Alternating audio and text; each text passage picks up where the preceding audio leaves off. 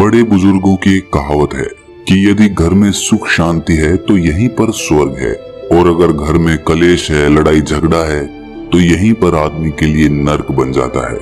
ये कहानी आखिर तक सुनने के बाद आपको कुछ ऐसे नुस्खे पता चलेंगे जिससे आप अपना घरेलू जीवन सुख और शांति से बिता सकते हो। इससे पहले कि आप इस कहानी में खो जाएं, इस चैनल को सब्सक्राइब जरूर कर लें।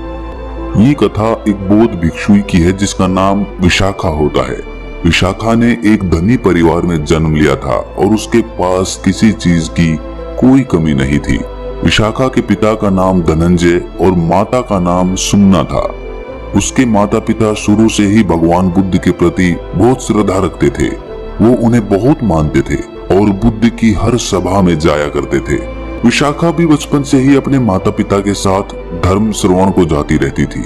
कहा जाता है कि विशाखा जब 7 वर्ष की थी तभी वो श्रोतापति के फल को उपलब्ध हो गई थी। श्रोतापति का अर्थ होता है ध्यान की धारा में बह जाना, यानी स्वयं को उस अस्तित्व के हाथों में छोड़ देना और अपने में ही डूब जाना। मनुष्य तब आध्यात्म की यात्रा पर चल सकता है जब वो श्रोतापति को उपलब्ध हो जाए। ये मनुष्य के जीवन का बहुत महत्वपूर्ण पड़ाव होता है। मनुष्य के शरीर को 7 चक्रों में विभाजित किया जाए तो ये तीसरा महत्वपूर्ण मणिपुर चक्र होता है। पहले 2 चक्रों तक प्रकृति अपना काम करती है। मणिपुर, जिसे हिंदुओं ने सचमुच बहुत ही सुंदर नाम दिया है, वो सच में मणि है। वो मनुष्य के भीतर का भाग्य खोल देती है।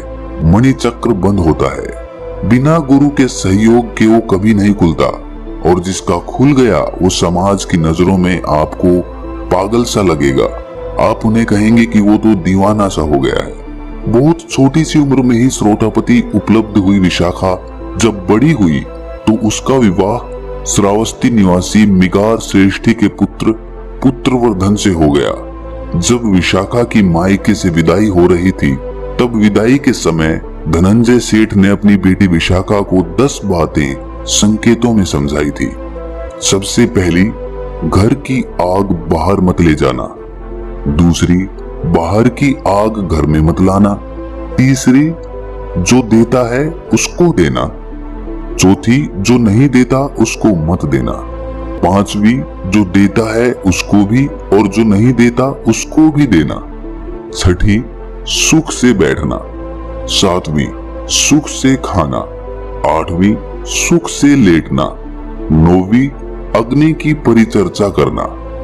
10वीं, कुल देवों की पूजा करना। और उस समय से ही पिता की बातों को गांठ बांधकर विशाखा ने अपने ससुराल में प्रवेश किया। उसे अपने पिता की दी हर शिक्षा याद थी।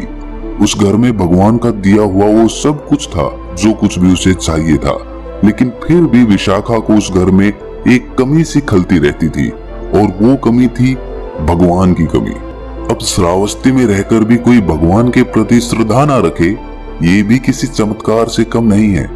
कपिलवस्तु में रहने वाली विशाखा ने श्रावस्ती में विवाह इसीलिए किया था ताकि उसे वहां भगवान के दर्शन करने को मिल जाए। यहाँ भगवान का अर्थ है भगवान बुद्ध। इस कहानी में आप बार बार ये सुन रहे होंगे कि भगवान बुद्ध श्रावस्ती में विहरते थे। अपने जीवन के 40 वर्षों में से 25 से भी अधिक वर्ष श्रावस्ती में गुजारे।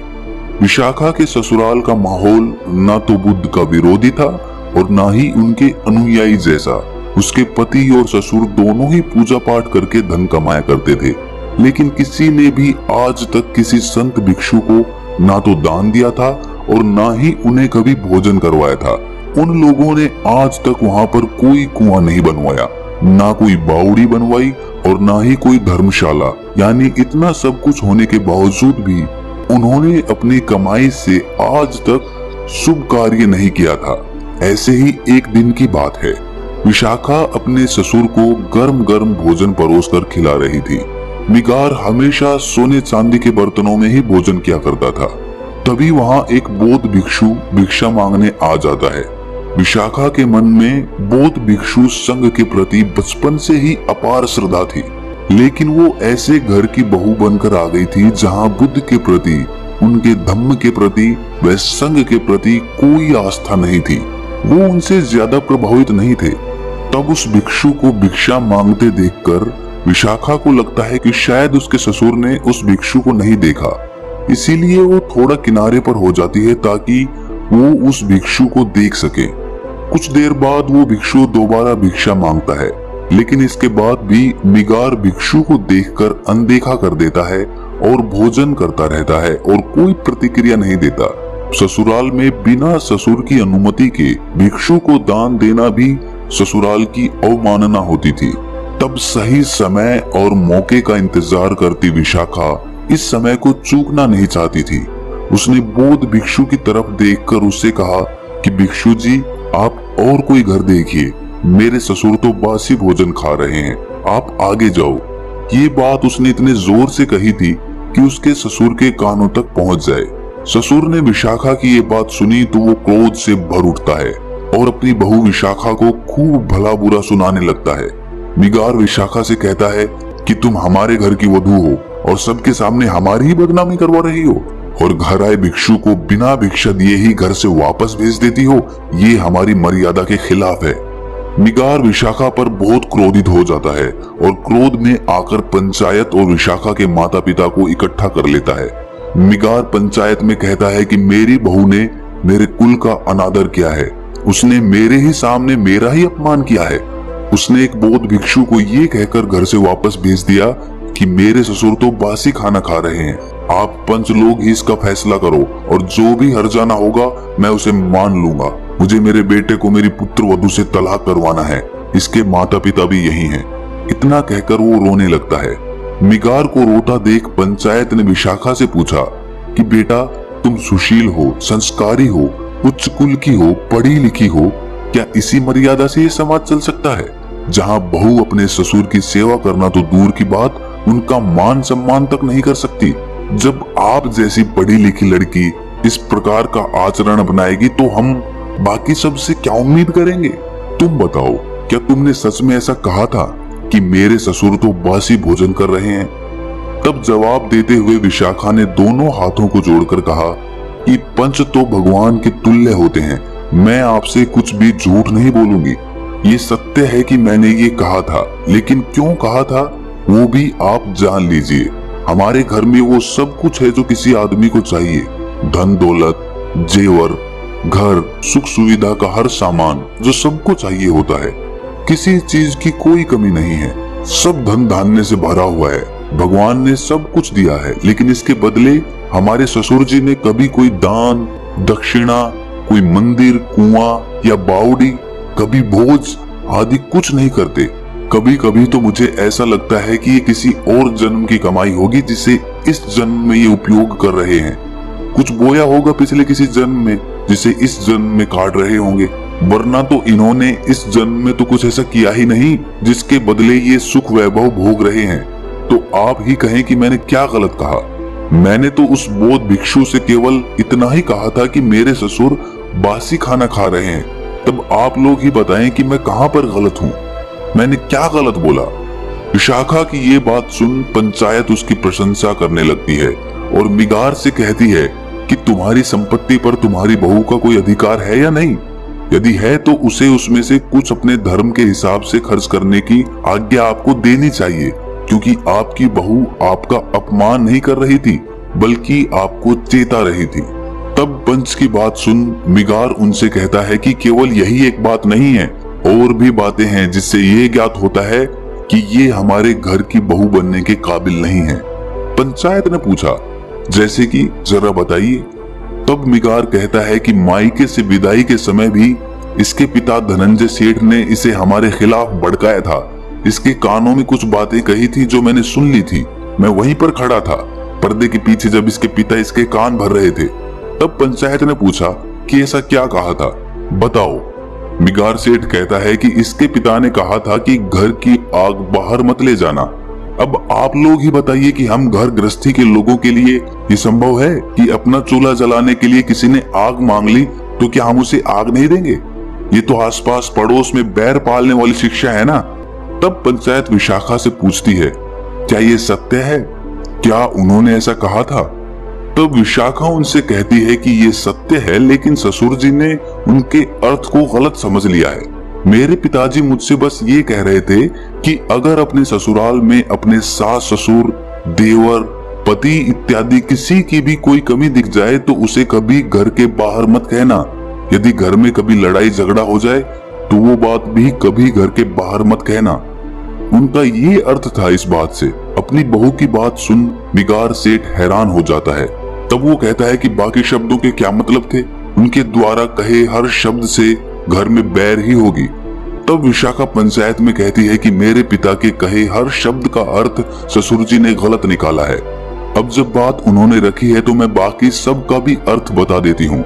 मेरे पिताजी ने बाकी संदेश में ये कहा था कि बाहर की आग कभी घर में मत लाना, अर्थात कि यदि मेरे ससुराल के किसी परिजन की कहीं कोई बुराई कर रहा हो और यदि तुम उसे सुन लो तो इस बात को भी घर में मत कहना। ये एक बड़ी आग होती है जिससे घर में समस्या पैदा होती है। उनके तीसरे और चौथे शब्द का अर्थ जो देता है उसको देना और चौथा जो नहीं दे उसे मत देना।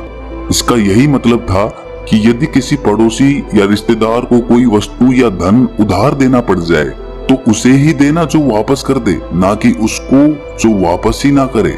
उनके पांचवें शब्द यानी जो देता है उसको भी और जो नहीं देता है उसको भी देना।